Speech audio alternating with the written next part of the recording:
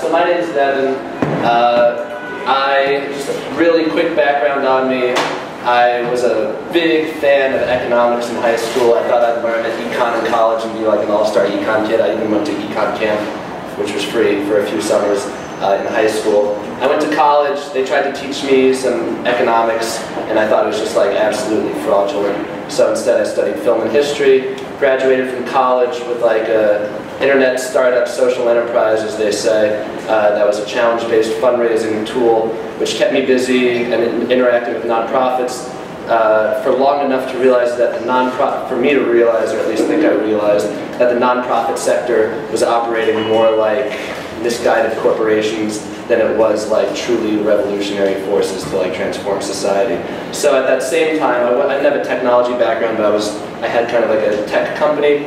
I started learning about the open source software, the open source movement, and looking at these projects where volunteers were spontaneously organizing these solutions that were more compelling than like highly, hierarchically produced corporate alternatives, and realizing that this was the production paradigm that I wanted to participate in and be a part of, like, in the world. So what we started doing was basically getting a broad understanding of open source, the open source movement, software, hardware, data, knowledge, government, the whole 9 yards, and beginning to use open source software as a way to bring the conversation to nonprofits about collaboration, because we've got 1.5 million nonprofits in America.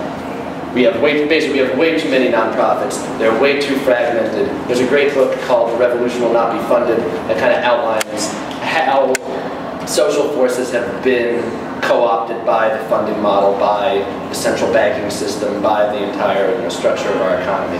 So, doing all this, we basically decided to start deploying open source software and open source hardware, basically open source solutions for grassroots food access organizations, because food is the foundation of life.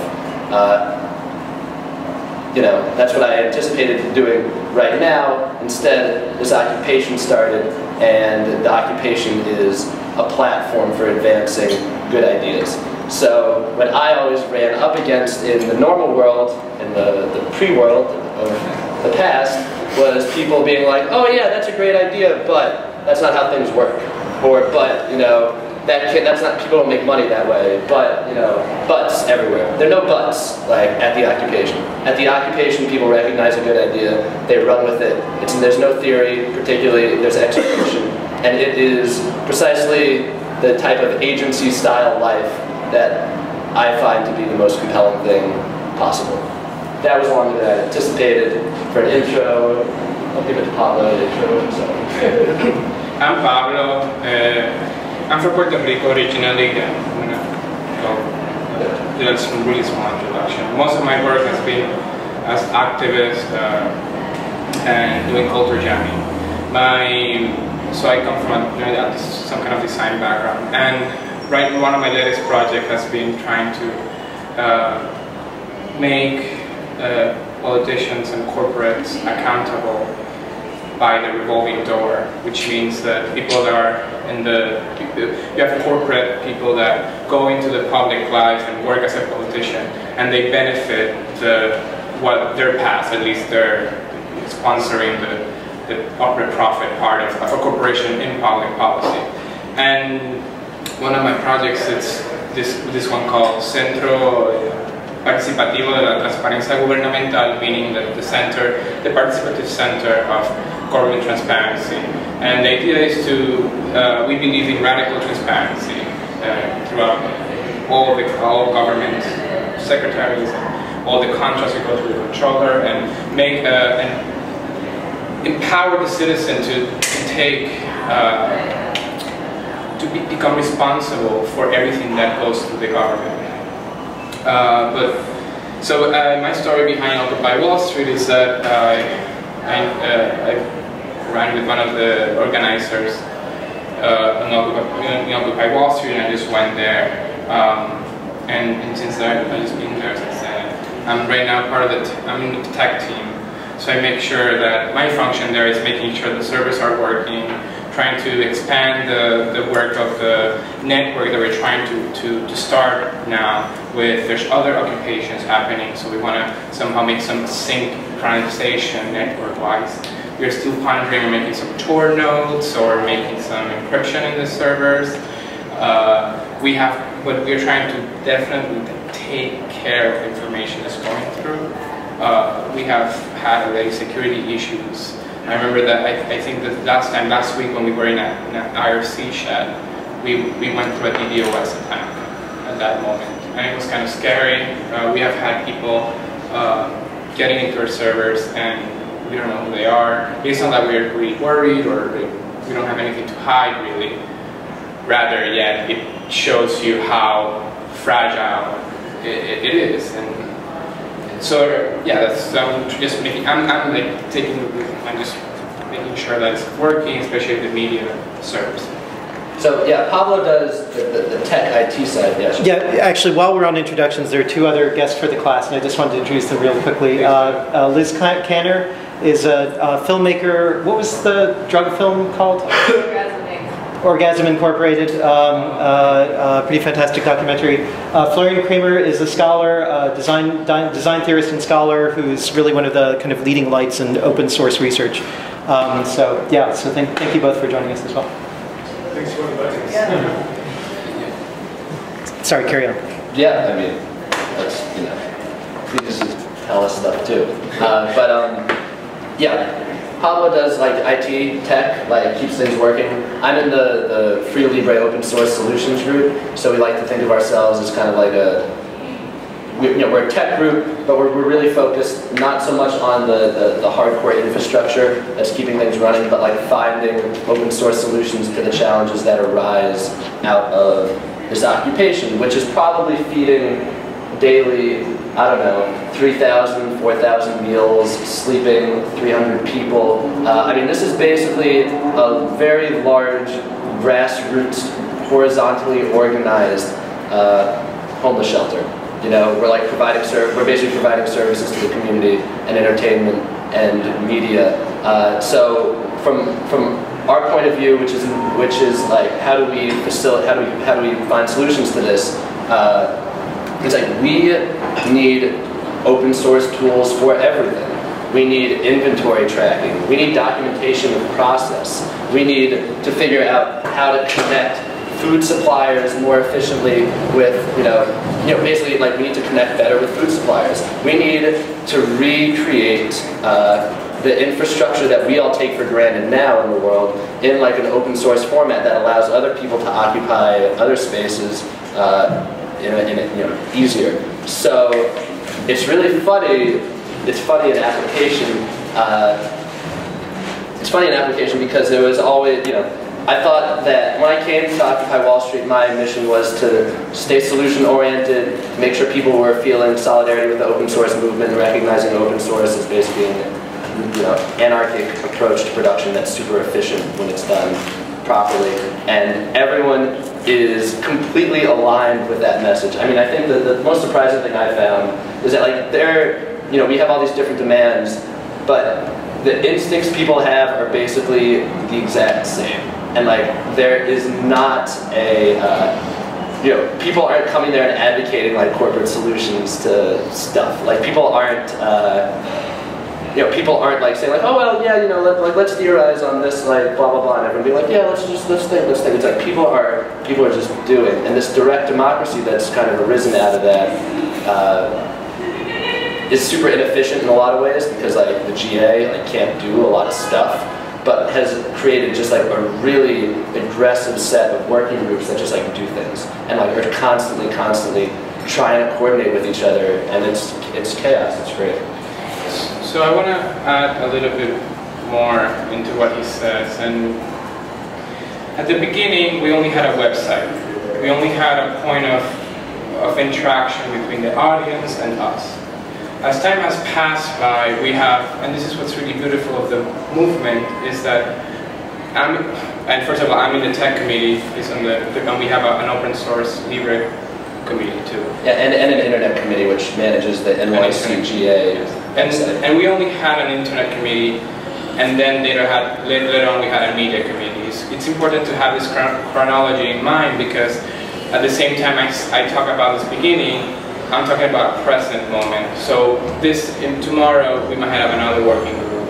And what's beautiful of this movement, now going back to what I wanted to say in the beginning, is that people are specializing more and more into what they feel they need, this movement needs. And that's what values the horizontal work that we have had since the beginning.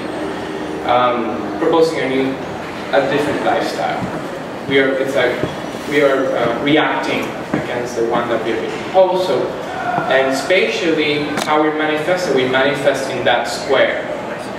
And what's been interesting with this is that at the same time I'm talking about a physical space in which we have this experimental phase. We are having a virtual one, right? Which is an open source phase.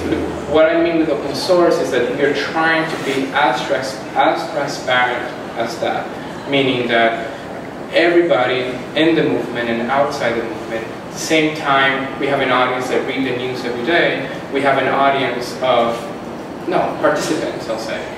People that are coming every day and changing codes, bringing new ideas, development-wise, and therefore the idea is to have a platform that is experimental constantly in this moment specifically in time that we don't know when it's going to be repeated after. But yes, we encourage the patients to keep adding to this code, development-wise speaking. So the interaction starts becoming more of a, yes, you have people are following this. Yes, we have some how-tos on making this. But it's open to everybody to just keep going and modifying the code, modifying the method until we get to that point which is, we hope it's polished. I don't believe it's going to be polished never. I really believe that it's going to keep going and changing. And this is why I really do believe that there's some people in action, but there are other people that are constantly focusing in how this is going to work. Having that language. Like, what's the next thing? Yes, we need developers, but how can we channel that? Where are we going to channel that? That's one aspect of it. The second aspect of this is that, is that as other, and this is what I mentioned before in my introduction, is that as other occupations happen, we can start, the platform can go to an extent in which new software can be put into test, which is a space that we find it rather limited most of the time, because when you're coding, you only are coding with maybe 5-6 people, but as the movement grows, we are coding and people are learning constantly every day. I'm even teaching every day some people how to code or do some development or even designs, dealing with Photoshop or anything. And we have a group of people that are writing how-tos, are writing about how to do an onion server, how to do, why Tor, what is important to have a Tor. We even have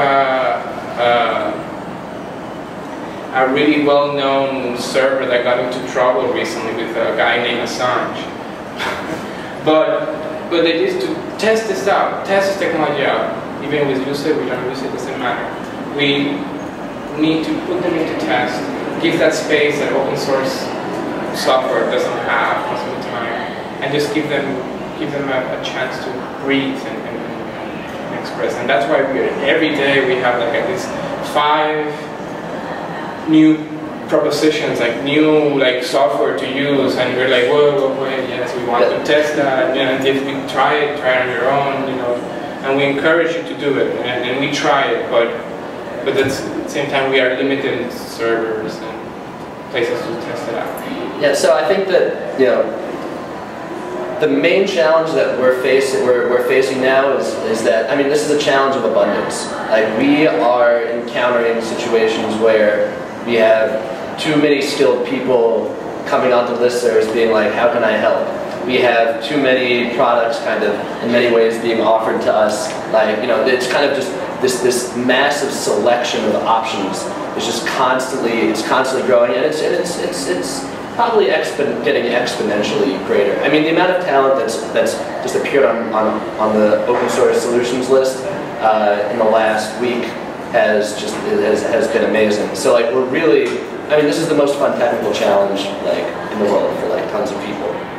So just to kind of go back and just talk about a few of the products that we're working on to connect groups together, to provide services to the community inside the park, and like kind of what people are just thinking about in general. And if anyone wants to like help out on any of this stuff or has ideas, like that'd be great. But you know, basically we're focusing on for intergroup communication from the GA level. So the GA is the General Assembly, and it's a direct democracy process where we do a lot of mic checks, which is really fun and all that. But basically, you know, it's a consensus-based decision-making process. And you know, as the occupations are popping up around everywhere, like the GA is the only real structure that seems to be consistent among all of these things. So like, how do we make sure that GA information from Philadelphia and Chicago and LA is being communicated with us? You know, basically we're asking folks to just use RSS feeds. To use RSS feeds to make their feeds clear and to when they document their minutes, so working groups are supposed to have minutes because we're all supposed to be transparent. When folks are using their minutes, to document their minutes within a certain format, to use certain keywords, so that as our capacity, our technical capacity expands, we can start taking these feeds in, parsing them, and using this opportunity as an opportunity to bring the semantic web, to talk to people about the semantic web and bring the semantic web into reality. And you know, and it's also really refreshing when folks are like, you know, how are we going to do this big, you know, collaborative community platforms, blah blah blah. Like, let's create this, let's create that. It's like, have an RSS feed, and then we can move, you know, and then we can move forward from there. Another thing that we're doing is the permabank. So basically, banks suck. The Federal Reserve, in my opinion, sucks. These things are old. We need to get rid of them. Or we need to transcend and include them. They need to be removed from serious decision-making processes in society. They have way too much power. We have user points. We have Bitcoin. We have Drupal. We have tools that make it actually really easy to exchange, to exchange, to use a medium of exchange between people, to facilitate exchange, and for people to document what it is they want. So one of the first things that we're going to be deploying, and hopefully it'll come out this week, is just a gifting platform where people say what they offer, what they want, and over time plugging that into the inventory management systems that the Comfort Working Group has, and because they're the folks that are getting tons of t-shirts, tons of blankets, tons of sleeping bags, and helping that process get managed, which brings us into tracking tracking stuff over places. So like so all of a sudden we're looking at FedEx websites and being like, how do we make this using open source components and document it so that there's a system that other occupations can use to track inventory over space-time. We're going to get into time banking, local exchange trading systems, possibly like minting our own currency. Like, why not? If we have assets and we do have assets because people are giving us a lot of stuff, the artists are beginning to donate artwork. Like, there's no doubt that there's kind of a groundswell of support that's channeling into this. And meanwhile, most of the money that we've been collecting hasn't come from the credit. The credit card processors aren't processing it. There's all these logistical issues. So we've been doing this without money, but there's an abundance of money that's basically about to pour down on this. And how do we really want to be giving Federal Reserve notes out to people? Is that what this movement's about? You're like, oh yeah, here we have this money now. Like, let's just give all these kids who are coming up here money to go do stuff. No. How can we take this tremendous pool of assets and convert that into our own currency and get to the next level where we don't have to be exploited in the marketplace, where we can make open source solutions, where we don't have to say to ourselves at night, how am I going to get fed and clothed and have shelter if I give everything that I love away to the community for free and not have to create a scarcity situation where people have to pay me to get the thing that I wanted to bring into this world. So there's the permabank, there's this RSS feed aggregation, there's the NYCGA website, which is a multi-user WordPress, which is going to be out in a few days, which is going to be new, better RSS feeds. There's tons of people talking about Android apps. I'm getting arrested. I need this, I need that. So there's definitely an Android app development process that hasn't really gotten underway, but a lot of people are kind of popping up and saying well, I could do this really easy, I could do this really easy. So we're the skills that we need are the people who can look through all of this email list stuff and be like, all right, I see your interest, I see your interest. Why don't you guys have a conversation about this and that? And like, I'll put you guys in the tracker, and then we can like get you in the system, and like we can actually start making productive work together. Going out from the gift economy that we're trying to assimilate in this place, we are trying to give and trade and just leave an open server for anybody who is in the other occupations. One of our latest projects right now is working around the logistics, is that now we have some occupations are more organized media ways than others. We have Seattle, who's like polishing everything now. People are making documentaries with this footage and stuff. And so we want to create somehow infrastructure that people can just go in, use the media, reuse it, re-edit it, create their stories, their point of views. This is something that it's important for us, and we're working with this, and it's diversity in this movement. We started having a General Assembly in Spanish, finally. It was a struggle for me to start. Let's do this, we need to have one in Spanish. Because we forget, and I believe so, we forget that there's, in this country, there's other cultures that come into play that are important in this city, especially Latinos, Asians, and they need to be, they find this call in Occupy Wall Street as a call to the space for themselves to express too. And somehow they want to collaborate. We want to collaborate, and at the same time they want to bring their new projects. And it's important to see ourselves as a struggle for all of us. Yes, we're pointing the finger to Wall Street, but Wall Street is a symbol, right? We see it as a symbol. Wall Street is everywhere. Wall Street is in the third world. Wall Street is in Puerto Rico. Wall Street is in when Egypt happened. Wall Street is behind. So that's why why it has sparked. This movement has sparked, and we're working. Our challenge every day is that how we can bring technologies into this, technologies can facilitate this communication that happens organically. What do we want to systematize? To what point do we want to systematize? All these conversations are happening at the same time. I think that's one of the struggles, still unanswered. We're trying to, that's why, as far as it can go, is just leave a server open so people can just dump information and then have them access. I'm not going to work in the curatorial work of it. I don't feel that I'm in the power of that. Now, on my personal use I could, but my idea really is just to share all this information and base myself off that open material, open and accessible to everybody and free, etc., etc. And we now, October 15th, we're getting ready to the big explosion, we hope, of applications around the world, and now we have a model, we have knowledge that was developed during this 25 days already. But there's other movements that know better than us in other aspects.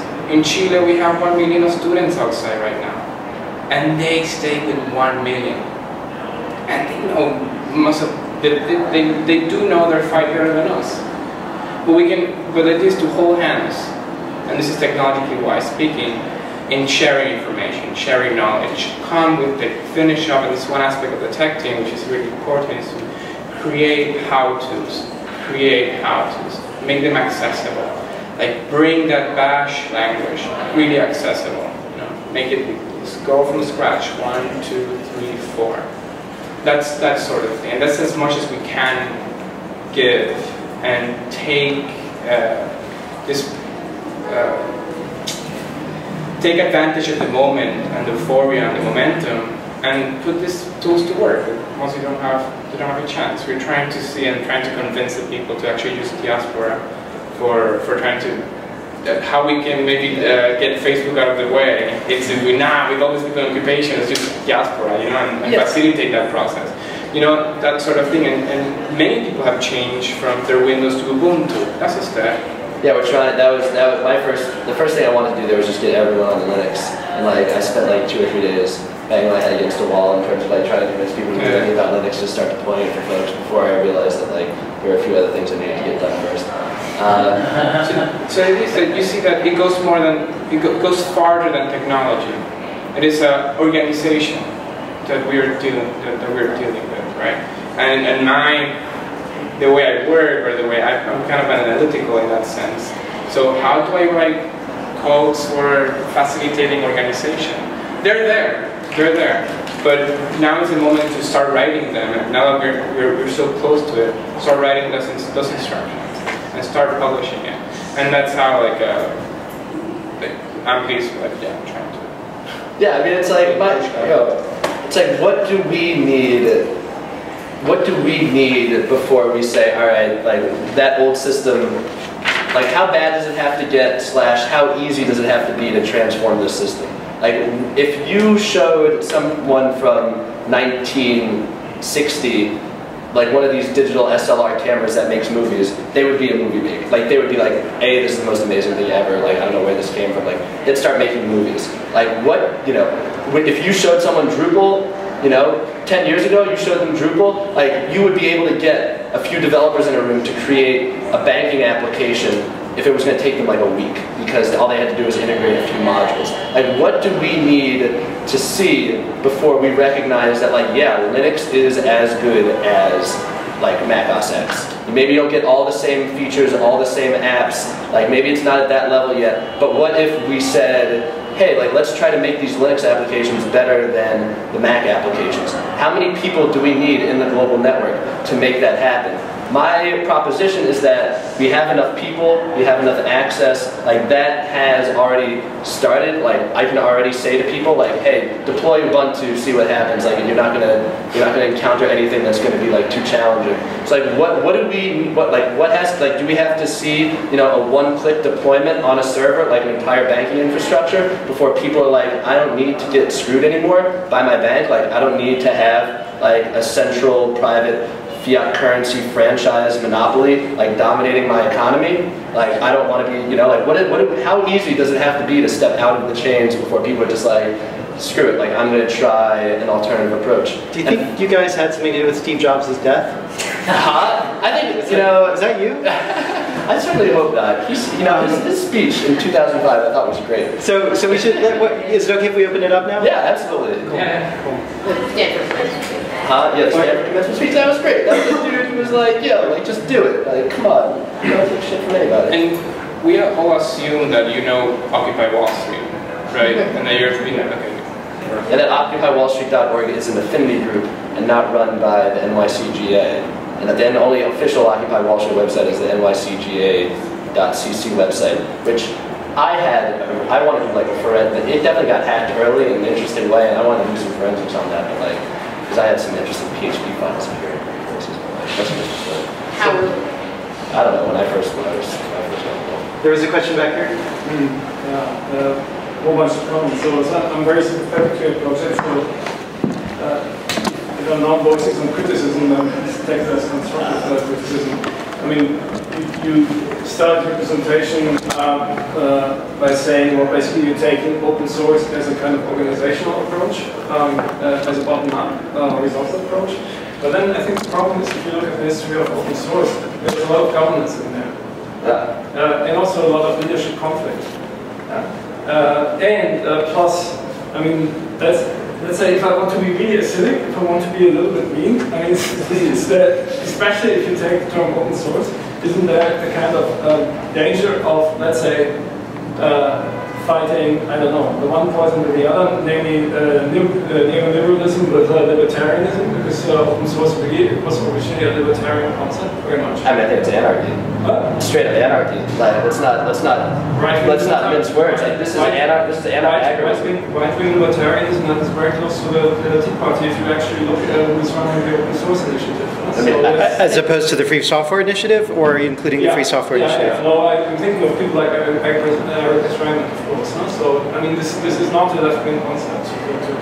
I mean, this is not a left-wing movement. I mean, basically, in the first few days, like the socialists came out and were like, yeah, there were Ron Paul people there. I'm a Ron Paul person there. I wear the button, like generally, but like, which is cool. I like to politicize stuff.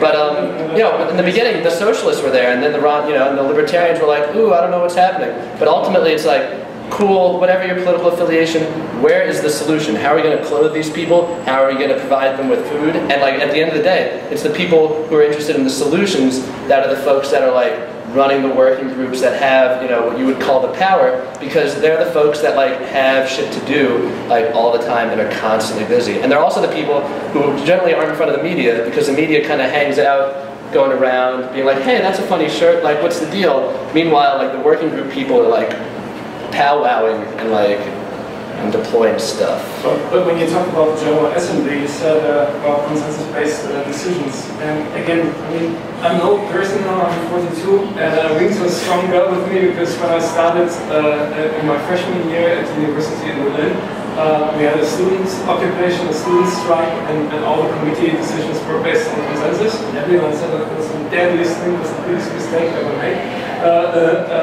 I mean, that's also a question for me, why not this it? Yeah? Why not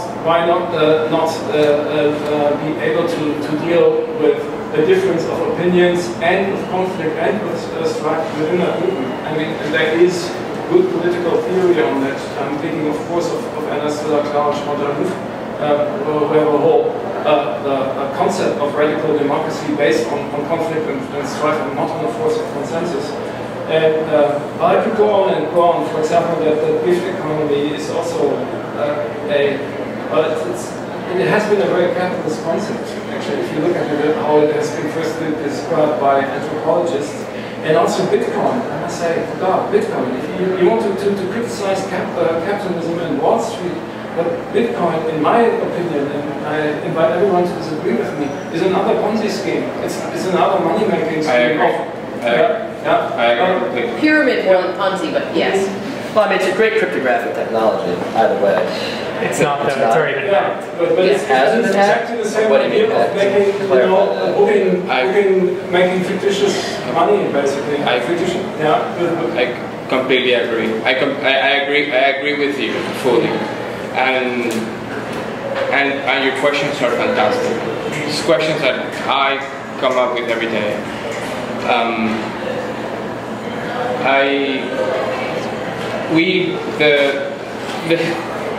The way that things started at this occupation, or the way that it has evolved, is that we were using, everything started with this question, saying like, oh, yes, everything was black and white, right?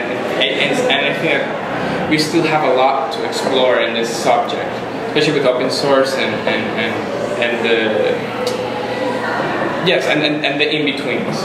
Because at the beginning we were using Google, right? We were using Apple. One of the first criticisms that we had is like, oh, look at these young kids writing their Twitter in their iPhones, right? For us, that was threatening. We want to show off, say, yes, I mean, we don't want to show this, right? So we want to, what's next? Like, what's the other thing to use? And we went, okay, start implementing some Ubuntu, let's start implementing some Android. We went to the platforms, right? We were starting from somewhere. Yes, we opened up a Bitcoin account. We have, I guess, a lot of money in Bitcoins. And honestly, I finally understood Bitcoin 2 weeks or maybe a week before I was there. Suddenly I was in this occupation, and for me it was disgusting. I believe the same thing. I believe it's just another Ponzi, another game. in which you buy illegal drugs and prostitution with it, because there's and laundering money, and Bitcoin hasn't been used and understand in anything. I have a bit bill right here. I can show you guys. But yes, that's in one aspect in Bitcoins. Yes, we don't agree with that. But that's why at the beginning I brought up the idea is like we are trying to have this. We're trying to get this space, have a space of exploration, of experimentation. But there's no definition like of where we want to go yet. And it's because we're still in that movement phase, right? And I believe that technology speaking, it's great to think about, to have this space in which we can, we have, I remember we got this email from Dave Weiner, the creator of the RSS feed, and I remember emailing him, giving me an email saying, oh, thank you for your solidarity, we are here doing that and that, and we are developing a map for everybody knows what's on the plaza with a Google engineer that wanted to help out. That guy went blackout. He emailed me a big note saying, what are you doing? And we have learned. We said, oh, right. What's this? We're trying to understand that subtleties in technology that most of us that we're still students and we're starting in this, we're learning. And we have people that come and help us and really experience who have been on radical movements before and has to help us shape our views technology-wise speaking, because that's right now what we're speaking about. But yes, it's true, and I love the fact that you brought that up. And I'll disagree, and if I may be possible, yeah, I love disagree. It's like, I don't, so from my perspective, it's like, why don't we have all the criticism conversations after we have fruit and nut trees everywhere, after we have open source tractors being produced in the countryside and local manufacturing is returned, after we've created some systems where every city doesn't have to reinvent their entire technical infrastructure over and over again, and you can just kind of do one-click deploys on school systems, hospitals, municipal governments. Let's have let's sit back and criticize and really analyze things once we have abundance, because abundance is there. I mean, it's here, it's there, it's definitely in the park right now, or it's at Burning Man, it's at the Rainbow Gathering. This is something that we don't need to wait for. This is how easy does abundance have to be before we say, let's just take that, let's just do it. So I think that the education system, I had a lot of big problems with my education system. After a while it was okay, I criticize criticism, but why aren't we building a wiki while we're criticizing it? Why are my projects being basically printed out and shredded at the end of the day? And it's not because we're not producing good stuff and our stuff is trash. Our stuff's not trash. We could, how many angles on Wikipedia could we have developed if we all were using our history lessons and kind of adding them into the archive and we could have done a lot. It's not that we aren't producing great stuff every day. It's that no one's telling us that the free stuff we're producing is valuable, and that if we aggregated it together, we wouldn't have to serve anybody because we'd have what we needed already. So I think that this is not. I don't see the occupation of Wall Street as a criticism of the system as much as I see it as saying, this is a party, it's awesome, come join it. That old thing sucked. This is better. I mean, that's the way I see it. And it's and we can jump into that if we want to, everyone can. The open hardware movement, to me, is the most compelling thing in the world because it makes life really simple. Do you have sun? Do you have water? Do you have a little bit of land? Let's dig up the earth, let's compress it into a brick. Now you have kind of a house. I don't have to be exploited if I can make my own tools and use my own tools. So why, do we feel like we're being exploited right now? Do people feel like the banks and the politicians and the system is exploitive? Or do we feel like everything's kind of cool and we should just have some red wine? You know? Even if I don't feel it, doesn't necessarily mean that I have to be living the way that you are. I mean, I kind of Yeah. feel like it's a bubble right now that hasn't left the square, and it's not communicating. You're trying to communicate, but you're not communicating with a lot of people. I mean, you're communicating among yourself, and you're communicating with Occupy Boston and Occupy Chicago, and there's a live data stream, and I can see everything that's going on there, but what if I don't want to be protesting the way that you are? I mean, are you saying that this, I mean, it's like you're saying, you just go on and mind your own business, we will try to change, but we want to change the system. We want to, like, give you, a different, like, we're offering, like, another strategy. But I don't think, I mean, to me, it's like you're not trying to affect what already is there. We're not trying to affect. You're not trying to affect what is wrong in the system, in the current Yeah, we're system. not. We're trying to create a new one. So like, I mean, I think a lot of people are doing a lot of stuff. So I don't want to talk for other people. But I know that I came there with the intention of solutions that arise, solving problems that take place there, and not critiquing.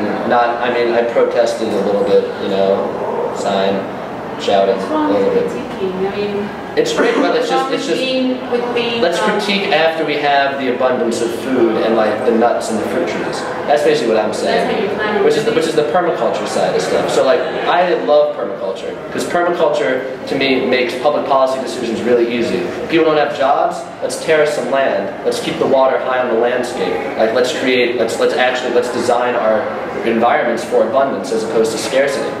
You know? So like. Yeah, I mean it's great. I mean it's hard to disagree with like nut trees and fruits.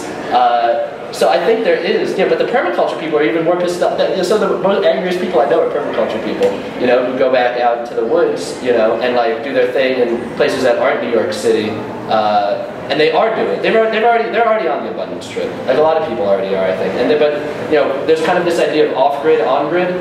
And like the off-grid folks aren't communicating well, so it's like when the off-grid folks network out into the other grid, then we're going to all be talking a different language because it's going to be like which society are you participating in?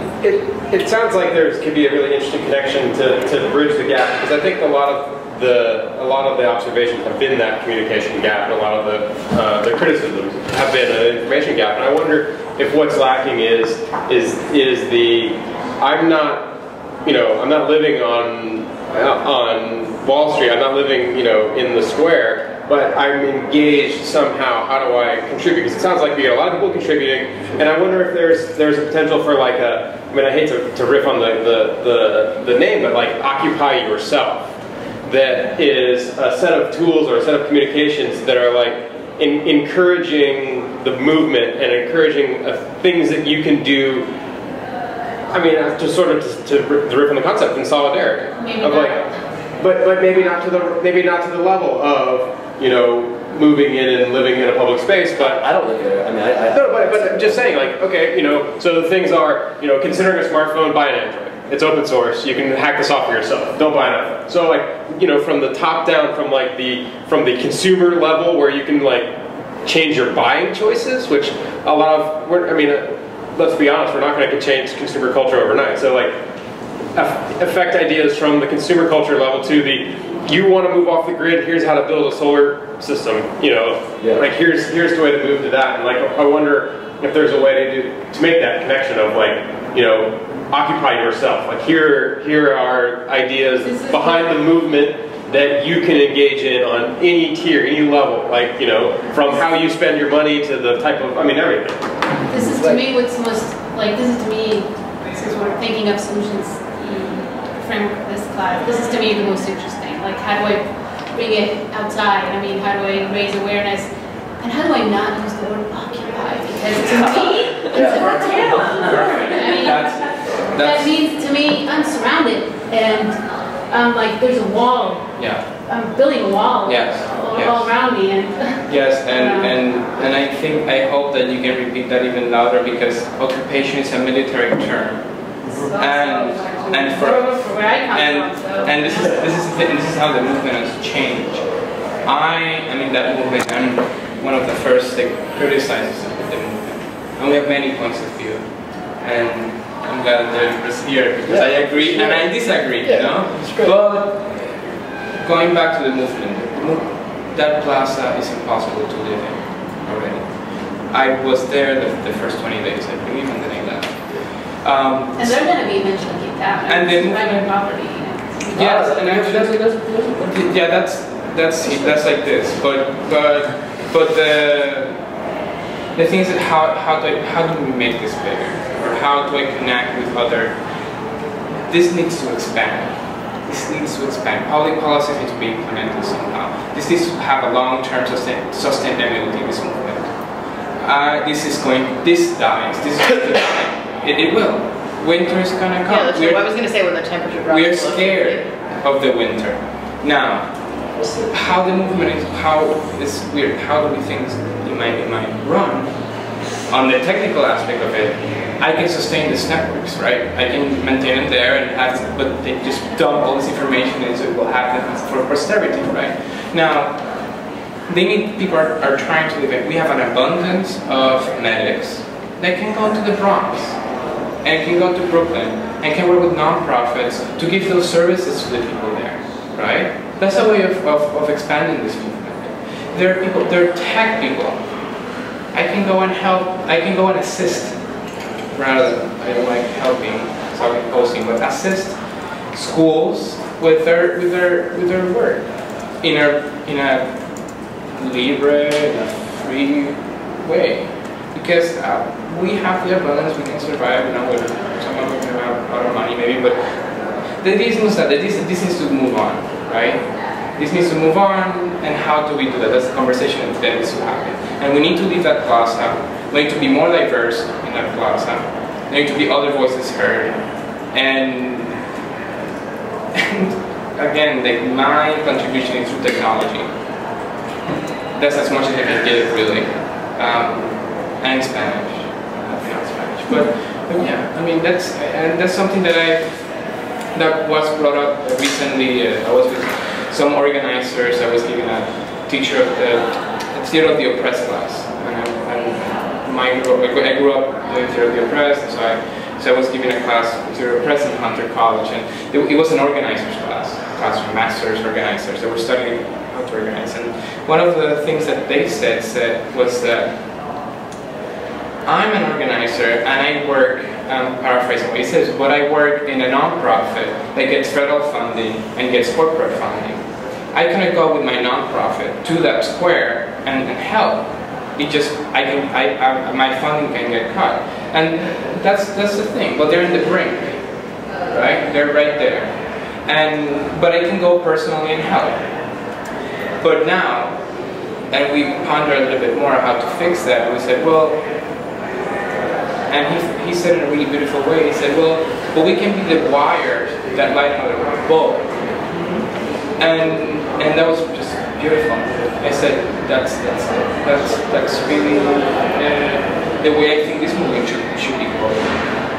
And we are lacking, we're having an ethnocentricity to it. And we are one of the weaknesses that we're becoming closed. And that's why we're trying to do something. May I continue to be a little bit devil's advocate? Well, actually, can we give the student? Are there any students who want to say something? Yeah. Okay. Thank you. Thank you.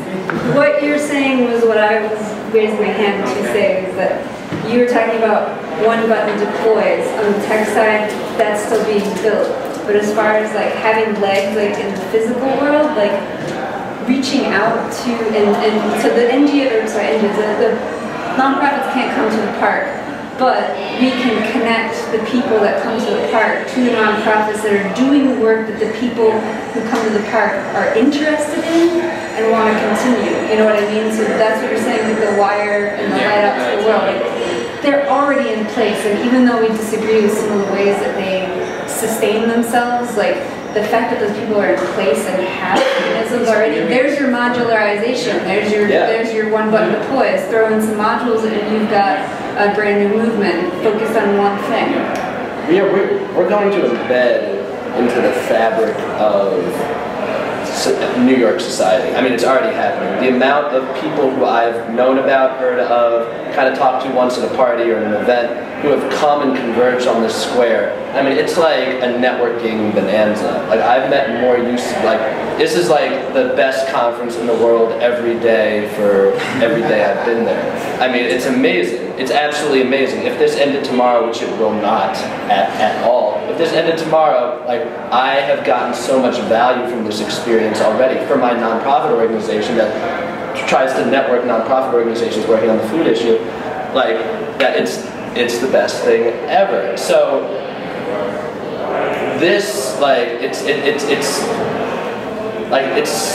it's already begun. Like, it started. I think it started in a lot of places. I think for me, the abundance message really resonates. And like, I've heard it from, you know, ladies from, you know, girls from Texas in the 70s. I heard on tape cassette 7 years ago them talking about this. The permaculture people talk about it. But I mean, it's a trip. Like, there's no doubt. Like, it's a trip.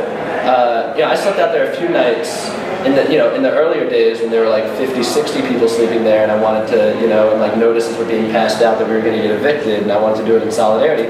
Now, I mean, it's just a party. Like, it is, like, folks are coming in from all over, and like, people are having like a ton of fun. And like, we need to connect that pipeline. Like, I'm completely into this, like, connecting of the pipeline, like, from people who come here, want to have fun. Like, let's teach them a little bit about permaculture and Linux. Like, let's send them out to like a few urban gardens in the city where they can like build a chicken coop, you know, and like let's start really getting the roots, you know, like growing the roots into this town, because like New York wants it so bad, because people here love to work and they are never like content with the way things are, you know. Like, this isn't happening. Like, I spend time in California. People are chilling in California. It's a nice place to hang out. Like, New York, there's the grind here, and like I grew up in this town. Like, I love it. I'm so proud to see like this happening here. But you know, the people are just flooding in. So like, it's a bonanza. I'm going to ask a question.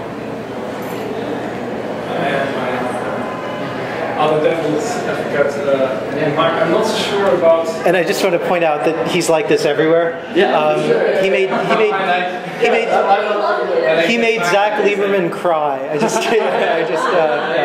Yeah. Okay, go ahead. Well, Chris and I, 2 years ago, we were together in a conference at the Banff Center in Canada. And it was very sobering, actually, to see. I mean, the research that was done. Well, first of all, there's lots of licensing issue, and we didn't really find any open hardware at the end of the conference. It was very, very sobering. Then, of course, except two things came out that are now working on some level. Ohanda is kind of working, and the Creative Commons open hardware license, and both of those kind of came out of that. Yeah. So, yeah. But then also the circumstances of manufacturing. I mean, at least at the moment, and well, of course we all want to go to something different. With permaculture, you wouldn't have any of those laptops standing here. I mean, these laptops or any of the technology that we use are absolutely a product of globalization, and are a product of particular natural resources that are only available in certain countries where there's a lot of political, economic empowerment, etc., etc. It's going to be very difficult to not just grow food, but also grow laptops on permaculture. And the second one, abundance. Well, maybe in a country like the USA, which has lots of space and in relation to the space, a rather little population, but on a global scale, I'm not so sure about the abundance on a global scale. 10 million people, according to Greenpeace, it was 3 weeks ago that humanity as a whole is using up more natural resources this year than the Earth can regenerate by itself. So I don't think we are. Yeah, but that's Greenpeace. Like, who listens to Greenpeace? It's a study worth reading. I know. I mean, the permaculture people I know are like, yo, 20 billion, not a problem. Like, if you see a really highly productive like acre plot that's like growing tilapia and like doing just like the whole aquaponics thing. I mean, we can stack this stuff. It's my belief that like we're cool. Like we're in pretty good shape. We just have to think more in terms of systems design. In those cases, for example, at least in my team, we use computers that we have found on the streets. The hard drives that were donated, most of them, we don't buy new computers for technology. All the laptops that we have, most of them now, are old Dell computers that people sold for $100, $120, and we put Hackintoshes in them. We use Hackintosh all of them. And now we have like this Max, Dell Max there. But you know, because it's easy for us to do a live stream through that software and some sort. This is a media team. But yeah, I mean, I can facilitate in that, right? So, but we don't use new computers. The servers are all reused. We cannot.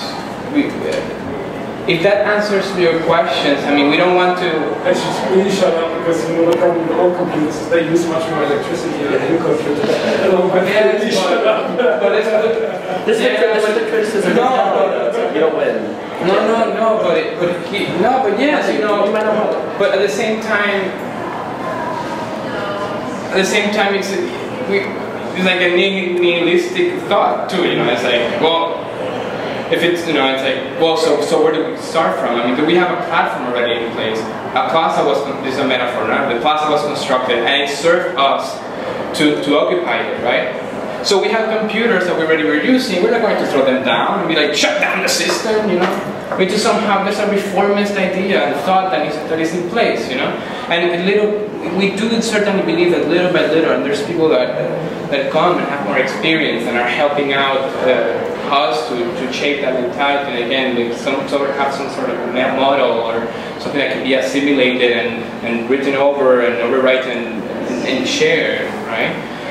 And yes, certainly, yes, this is horrible. What Steve Jobs is horrible. You know, Foxconn, for example. You know, every other tech company in the world uses that factory. Foxconn. Yeah. There's like 2 companies that make like all the laptops in the world. You can't single. Yeah. So, but I wonder how to connect that though, the issue of the recycling and thing back into this movement of saying, okay, so.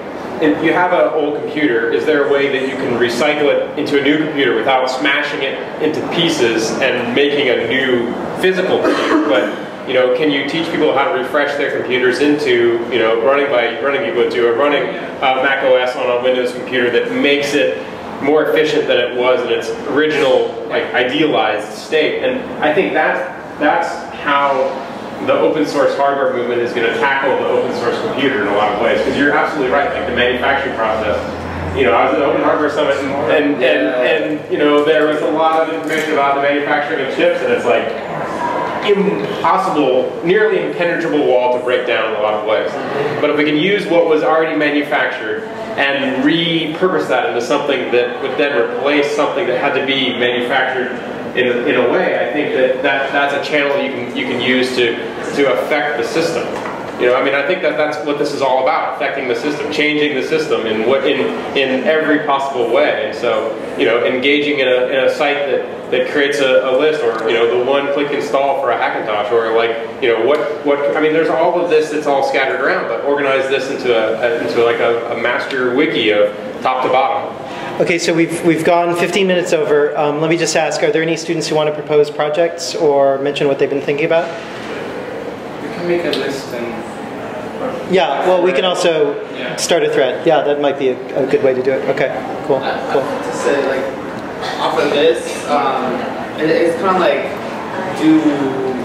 what do you do personally? Like, how do you yourself change what your habits are to like, affect this? Because it's not like you can tell everybody else what to do, but it's really like yourself. What do you do to affect, you know? If you enjoy to change their lives. Yeah, I think you just need to like propose that out there and like let people know, like, okay, here's this option.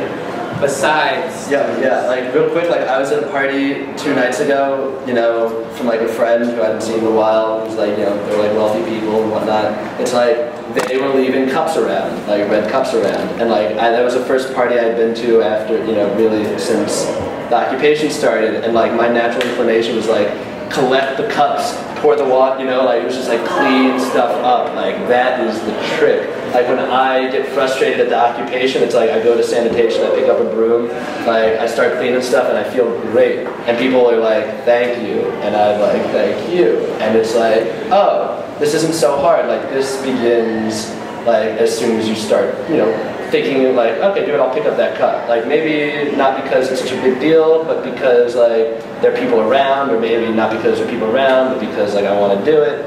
Or like, it's just like the occupation would not work if everyone wasn't trying to keep their own shit together and like help each other keep their shit together too. Because like I said, we're like, these lines for food are long. Like the people who who hang out in the kitchen, like are not getting paid. Like they are not there because for any reason except for the fact that like that's their favorite thing to be doing like right now. So like how can we make picking up the cup, like serving someone else food, like how can we, you know, like we do this in the square because like I want to be an example when I'm in the square of like happy cleaning up stuff. Like this is everywhere though. Like this is all the time. I mean, just to go back though, I mean we talked about this a little bit earlier, you know, in reference to a Judith Butler article, but you know, liberalism wants you to think that it's about your personal choices on a certain level. And you know, when I was growing up, there was this incredible TV commercial of kids going on or a family driving in a station wagon on the highway, and one of the kids throws an empty pop can out of the window, and a Native American walks over the hill. So you've still seen this? Yeah. That ad was produced by an industry consortium. The entire movement against pollution was an attempt to shift, you know, this kind of growing environmental movement, the impact away from corporate accountability towards towards the consumer. And most of our recycling programs are a result of that, so nothing actually really gets recycled. Yeah. You know, so I mean, you know, I'll just say that those of us who are maybe a little bit more kvetchy, or you know, a little more critical, are always watching for when, you know, when these personal arguments are made, you know, where's the pressure for that coming from, and you know, what ultimately is it taking the pressure off of? So okay. I guess like the more or less like what can, like non-cooperation kind of thing. Like what can you not do?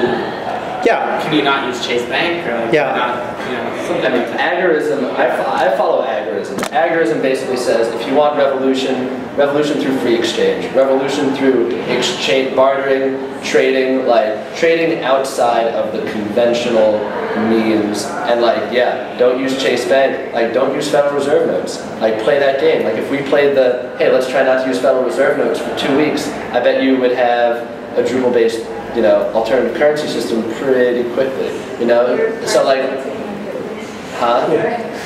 Well, it's, you know, and like on the individual side, like the idea that corporations are composed of individuals, and like often those individuals are lying about something, like white lying all the time, like to like, you know, or like just aren't happy completely because like they're doing something that they know isn't like good, and like they don't have the, you know, like this dignity. Like when I think about cleaning up cups, it's like a dignity. It's like an act of like expressing dignity that like I would love to do this for you, you know, because like I am a person. Like I hear this, you know, the aggregate of, yeah, that like, you know, if we take more responsibility and like we could let the corporations off the hook. Like I'm not particularly interested in corporations existing, you know, and it's like if we had, you know, I do like individual rights, you know, but like we could start getting into political philosophy, which is probably not the forum for that. But. Okay, cool. Well, no, you'll have to come back for another week. So thank you so much for coming, guys. Awesome. We'll have to exchange information and start some lists, and we'll invite you to some lists as well. So if you want to come and check the setup, and it's just like, I don't know, you're gonna come and check the setup, and yeah. What should they do if they're down there? Because I mean, a lot of people have been going down, but I don't think they've met you yet. So how would they get in touch with you? Oh, I'll pass my email. Okay. Yeah, and you can write me. Yeah, me too. We hang out, like our group hangs out in Charlotte's Place like a lot, which is like a free co-working space provided by Trinity Church at 109 Greenwich. Like it's open from noon to 6 every day. Like there's definitely someone from the Freely Wrote and Source Solutions group there. We have a mailing list for the class. It might be easy just to email a list. That's much better. Yeah, definitely. Yeah. So I'll give. And if you guys want to buy us drinks, I know Media Harbor that throws stuff away. Yeah. And then Hardware? So, Do you need anything crocheted? No, sorry. Sorry. I have 2 jobs. crochet? Yeah. No. I think it would be great. Computer hardware. And memory. Like any kind of servers. Well, we're trying to build more servers. Okay. Right now, this way.